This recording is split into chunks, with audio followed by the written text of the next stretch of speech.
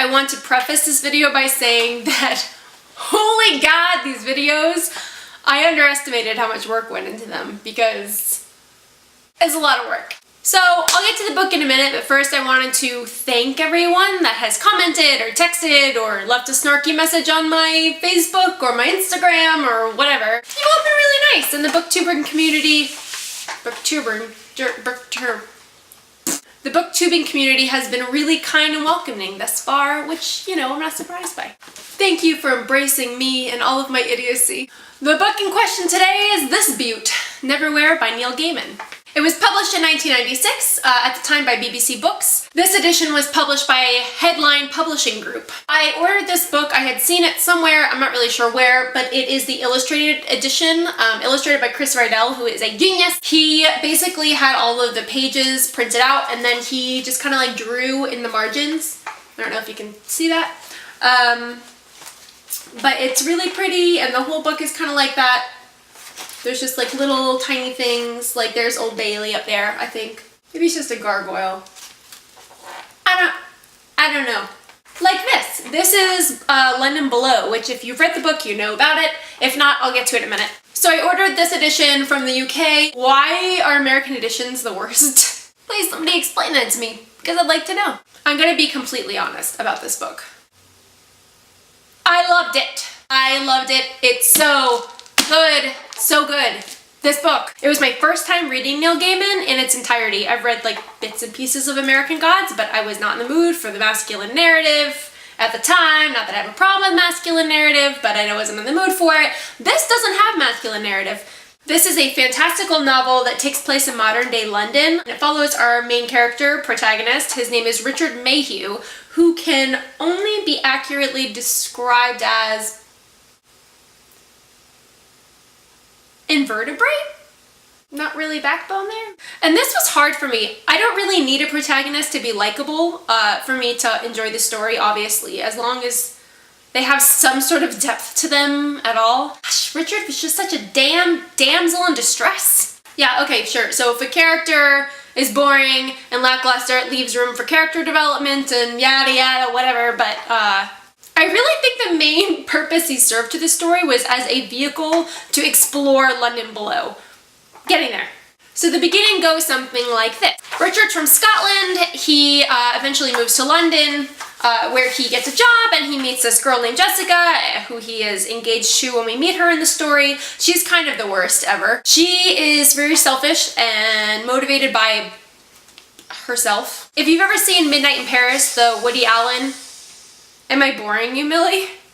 My dog's over there sighing all deeply, like... By the way, I filmed this once already, but I did it without notes, and it was a train wreck. I had tea for that attempt, and then I realized that I needed to wake up a bit, so now I'm just drinking cider. 2 alcoholic brews in a row. I can stop anytime I want.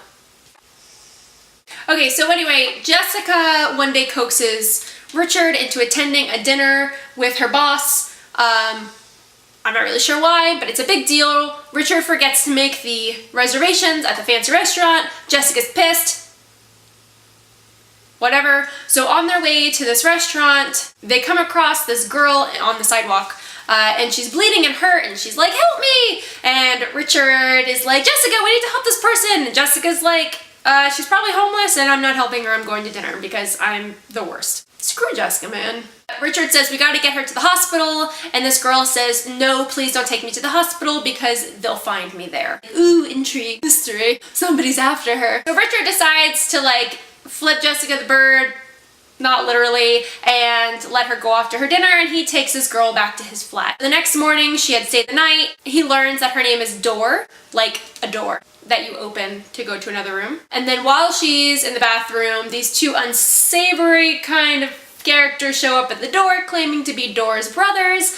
Richard assumes that something's going on that's weird. They kind of like barge their way in, but they don't find her. Then when they leave, Door says, you know, I need your help. I'm in a lot of danger. Richard agrees to help her, and then the story kind of progresses from there. I don't want to say too much because I don't want to give away too many spoilers. I don't want to come close to spoilers, but it's really hard to describe this without telling you that Door is from a place that is not Richard's world. Door comes from a place called London Below, and it's basically London Below. Richard is from London Above, normal London that we know. Dor is from London Below, which is described as a place where, quote, people who fell through the cracks of the world live, end quote. Of course, people is a loose term. There's not just people, like human people, that live down there. There's other creatures and animals and a whole lot of things. But London Below consists of the London Underground, like the tube stations, and the sewer systems. Richard, of course, having no vertebrae or backbone or spine at all, gets himself wrapped up. He kind of like is the living, walking, talking, breathing manifestation of the term no good deed goes unpunished. That's him. You don't really feel bad for him though, because you can tell that this is the most that has ever happened to him in his life. So I want to talk about the London Below for a moment. Neil Gaiman has created this wonderful fantasy. One of the biggest misconceptions about fantasy is that the world has to be some otherworldly realm.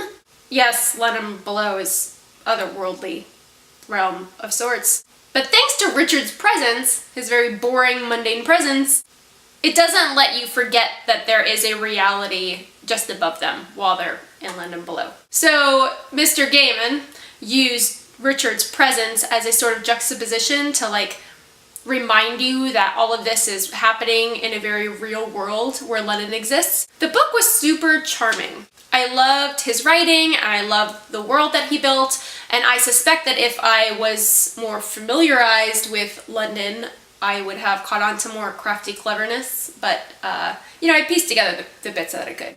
And it's really, I don't want to give away any major spoilers, so I'll just read the flap jacket to you. Under the streets of London lies a world most people could never dream of. When Richard Mayhew helps a mysterious girl he finds bleeding on the pavement, his boring life changes in an instant. Her name is Dor. She's on the run from 2 assassins in black suits, and she has come from London Below. His act of kindness leads him to a place filled with monsters and angels, a beast in a labyrinth, and an earl who holds court in a tube train. Yeah, that happens. It is strangely familiar yet utterly bizarre, and I completely agree with that synopsis. His characters and settings were playful and imaginative and quirky and whimsical. And there did seem to be this kind of like dark undertone to his narrative, which I've read and heard that it's a common thing of his to do.